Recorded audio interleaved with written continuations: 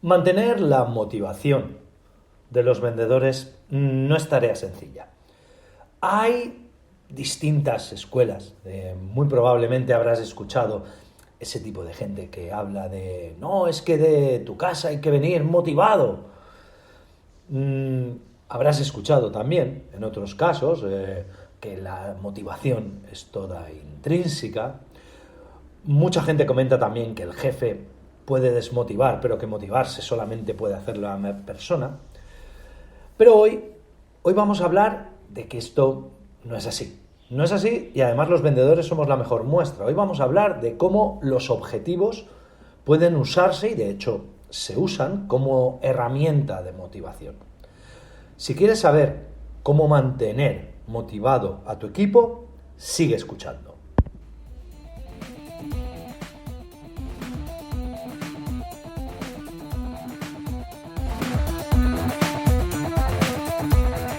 Hoy, como cada lunes en Venta Inteligente, hablamos de dirección de equipos de venta. Hoy en concreto vamos a hablar de cómo diseñar objetivos para motivar a tus vendedores. Al final, la motivación, y esto nos lo dice la psicología, depende de muchos factores, de muchos y de distintos factores. Efectivamente, hay algunos factores intrínsecos muy relacionados con la genética y con el tema de la liberación de hormonas, pero la verdad es que no son los más importantes. Hay otros factores que están directamente relacionados con el historial o con la historia del aprendizaje, es decir, con aquello que desde niños, desde pequeños, desde que nacemos, nos van reforzando y nos van inculcando y poco a poco va quedado grabado en nuestro cerebro, queda escrito como registrado, como si fuera una marca que se va añadiendo a nuestro historial de aprendizaje, a nuestra forma de comportarnos, en definitiva, a nuestra conducta, ¿vale? Y todos esos registros, esas marcas de aprendizaje, se van registrando, como digo, en nuestra conducta y al final es lo que va determinando pues que nos motivemos más, nos motivemos menos en distintas circunstancias. Pero además hay una tercera opción, por así decirlo, hay un tercer registro del tema de la motivación que está muy relacionado con el contexto actual, es decir, con la situación, con lo que me pasa ahora mismo.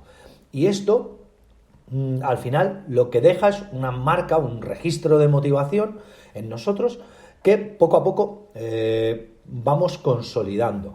Como digo, por suerte, aunque hay muchas cosas que influyen, realmente el contexto, que es la situación actual y que es lo que puede influir de alguna forma también en modular esa motivación, realmente no es la parte más pesada, es decir, la parte más pesada es el historial de aprendizaje, ¿de acuerdo? Esos refuerzos que se nos han hecho desde niños, y el contexto es una parte y es una parte importante, es decir, si nosotros, por ejemplo, estamos pasando una mala época a nivel económico, pues obviamente cualquier propuesta que se nos haga relacionada con un incremento del sueldo, con unas posibilidades de consecución de unos incentivos adicionales, consiguiendo unos objetivos, cualquier tipo de, la gente que confía en la suerte, el poder recibir una inyección de dinero, pues todo eso va a influir en nuestra motivación. Obviamente, si estamos necesitados de dinero y creemos en la suerte, y resulta que viene alguien y nos ofrece, oye, pues tengo aquí un 10º de lotería, o mira, que es que tengo un soplo para el próximo partido de fútbol y tal, para la quiniela.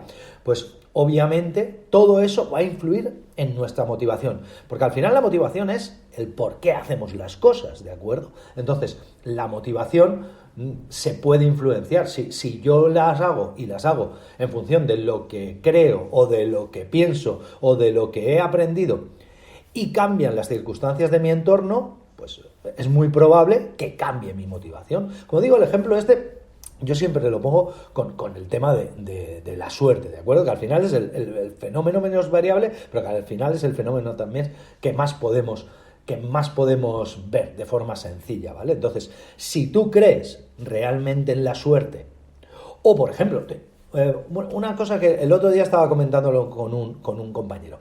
Si tú realmente crees que los partidos de fútbol o de baloncesto, las competiciones deportivas se amañan de alguna forma, tienes una motivación, o sea, estás más propenso a que si alguien te llega y te dice, oye, he recibido un soplo de que el equipo tal va a ganar el próximo partido, tú tienes una motivación adicional para invertir ahí dinero si hay algún tipo de apuesta.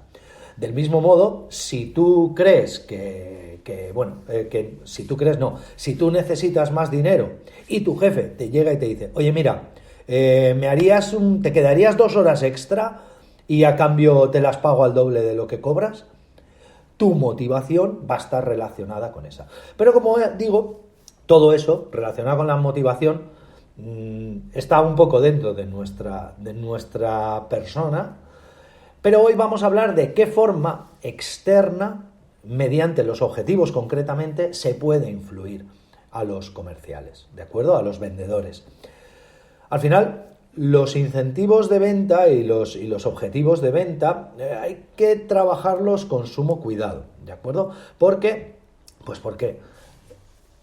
aunque es cierto que motivan, tienen que cumplir una serie de normas, ¿de acuerdo? Al final tienen que suponer un reto, es decir, tiene que ser algo que nos obligue a algo que no hacemos normalmente. Por ejemplo, no es un objetivo de venta, ¿vale? Pero en el caso de las horas extra, cuando tu jefe te dice, oye, ¿puedes quedarte 1 hora o 2 horas más y hacerlas como horas extra? Esto al final está influyendo, es un reto para ti. ¿Por qué? Pues porque lo tienes que ajustar dentro de un horario o un calendario que ya tenías determinado. A lo mejor tienes que llevar al hijo al colegio, a lo mejor tienes que llevar a una extraescolar o a lo mejor tienes médico. Entonces, ¿qué es lo que pasa? Que al final supone un reto para ti porque no es algo que estés acostumbrado a hacer, sino que tienes que tomar decisiones adicionales con las que no contabas, ¿de acuerdo? Entonces, cuando hablamos de nivel de reto, es decir, cuánto nos impacta a nosotros o lo complicada que resulta para nosotros tomar esa decisión. Pero además los objetivos, además de depender del nivel de reto, deben de depender de la propia capacidad de la persona. Es decir, si yo le voy a pedir algo a una persona, tú imagínate que a mí me pidiera mi entrenador, oye Carlos, mi entrenador personal me dijera, oye mira Carlos, que tienes que correr mañana la maratón. Ostras, pues si yo no he corrido casi nunca o nunca más de un par de kilómetros o 3 kilómetros, de repente tener que enfrentarme a una maratón queda muy lejos de mi nivel de capacidad.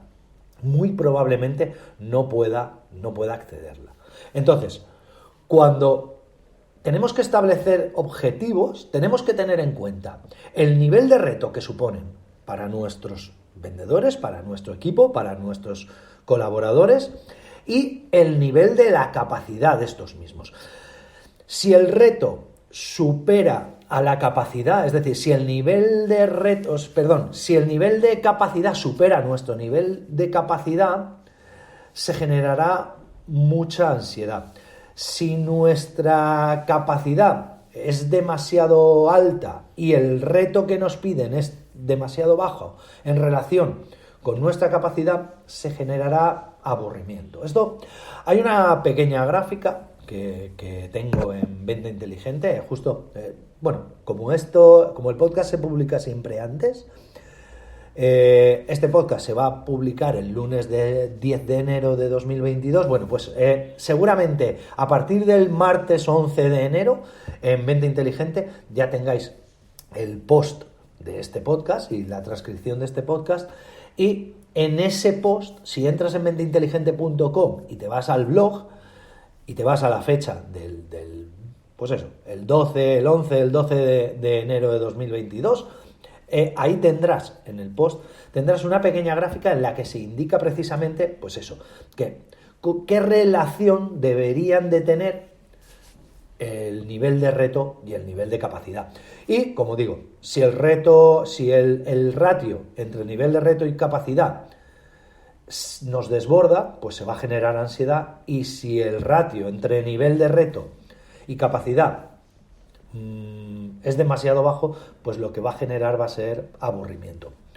Ojo, como te he comentado antes, tienes que recordar que el nivel de reto ha de ser siempre alcanzable.